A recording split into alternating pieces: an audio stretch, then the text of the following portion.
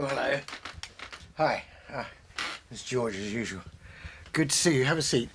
Well, yeah, it's sort of been quite a long day. I'm wearing my clerical shirt today, actually. So the collar under there somewhere. I took a funeral of a wonderful lady today who lived to her the fullness of life. 100 years old she was. Of course, it was difficult under the COVID circumstances. I quite often need something that's a bit of a soother after that, but also deals with the sorrows of the world. So I naturally tend to Keats. So I thought we might read a bit of Keats. I've got, I love Keats, and Keats, it was Keats that made me want to be a poet. So I have lots of different editions of Keats, and of course I've got a lot of it in my mind. But there's one I'd really like to show you. As you know, I love old books, and I have some old Keats. But I've got a recent edition of Keats, which is just lovely. So, it's coming forward to the shelves. I mean, on here I've got, somebody gave me this. This is really wonderful. On a friend of mine, the beautifully bound small Oxford edition of Keats. And then this is one from a quite lovely press in the 1920s, the Florence Press, in two beautiful volumes bound in vellum. That's the Oxford one again, which is a very useful reference one. But those aren't the ones I want to show you. This is mainly the Coleridge area, but Keats has sort of found his way in. And the one I want to get for you is here, which is a very beautiful edition. This was a present from my friend David Jennings in Canada. You probably can't remember, it's Fancy, the Odes of Keats. Now, the Barbarian Press is a very interesting thing. It's a proper old-fashioned letterpress. The couple who run it in British Columbia bought a lot of old 19th century proper letterpresses, and they produce it in an absolutely old-fashioned way. These gorgeous woodcuts from Andy English. This is for all the ages, images drawn from all of Keats's major odes, all in one beautiful thing, wood engravings. And 2015. But let's take it over to the chair. And it's a joy to handle this book. I mean, the pages are all hand cut, you can see, and it's lovely, rich, thick paper. But it's not like super arty. It's not like the, it's beautiful, beautiful, clear type. It doesn't intrude itself upon you. Anyway, I thought I'd read you, here's the little preface for it, Keats's Ode to Melancholy, which is the shortest of the great odes that he wrote in that Annus Mirabilis. Indeed, it was a month of miracles, really, in the May of 1819 when he wrote these great odes. And he'd been reading Burton's Anatomy of Melancholy, which I have in 2 volumes over there. I'll show you that sometime. And of course, he was consumptive, he was in love, he knew he wasn't going to live long.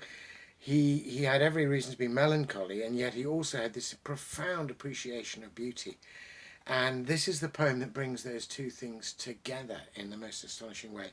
But I thought I'd read it almost as a kind of lockdown poem. All of us are aware of the sorrows of the world, and if we are already prey to melancholia, if we have that melancholy undertow, we might dip down into it rather, more than is good for us or bearable. And Keats has some advice here, and famously the poem opens, "No, no, go not to Lethe, neither twist wolfsbane tight-rooted for its poisonous wine." Don't go to the dark things. The dark things are already there. But as he says, I'll read you the poem in a second, "Glut thy sorrow on the morning rose," that there's something about the beautiful which, whilst it doesn't necessarily dispel melancholy, it kind of makes it bearable. And indeed, there's a kind of intensity of gaze that comes out of sorrow that appreciates beauty perhaps even more deeply. This is look at the beginning, they've done a lovely thing with the lettering here. So you've got this lovely, great beginning, and then it sort of goes down into the form of these lovely 10-line stanzas. So just relax and enjoy this. Keats would have had claret, but I've allowed myself a Jura single malt as a sort of reward and soother for the day's labours. I love Keats so much, just the sheer sound. No, no, go not to Lethe, neither twist wolfsbane tight-rooted for its poisonous wine, nor suffer thy pale forehead to be kissed by nightshade, ruby grape of Proserpine.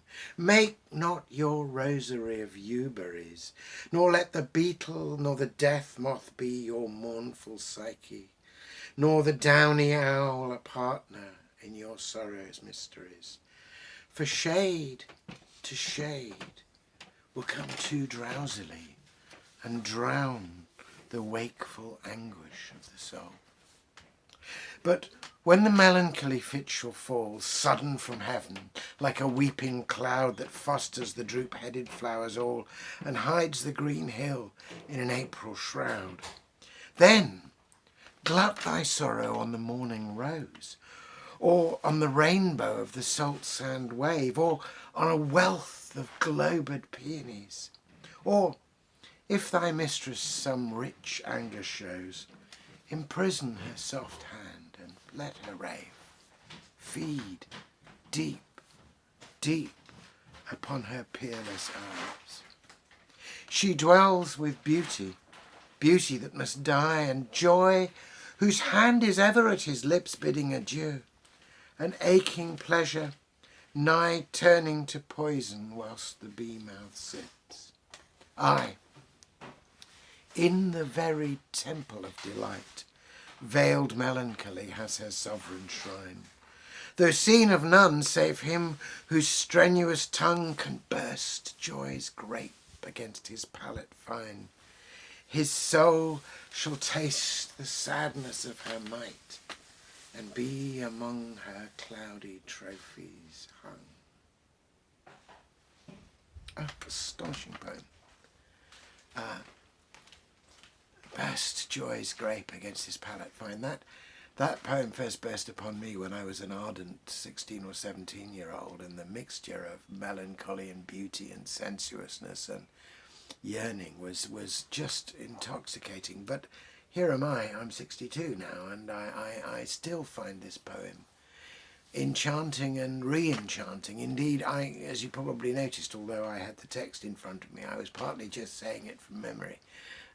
To chant this poem is to be re-enchanted by it and to re-enchant the world.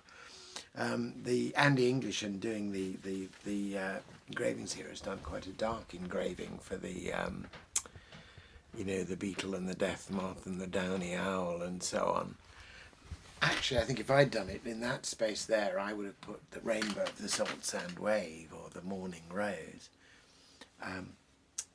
But that final insight that it's in the very temple of delight that veiled melancholy hath her sovereign shrine, that part of the very quality whereby we appreciate the beauty of the world is the kind of elegiac sense of all that passes, and the desire to savour burst joy's grape, precisely because all these beautiful things are of the day and flow away from us. I believe in the end they will be given back and have a resurrection and be renewed in heaven, but we still love them and lament their passing here. Anyway, thank you for indulging me. There's nothing I like better than reading Keats' poems in a nice letterpress edition with a glass at my right hand, so I'm glad you were able to join me. Thank you.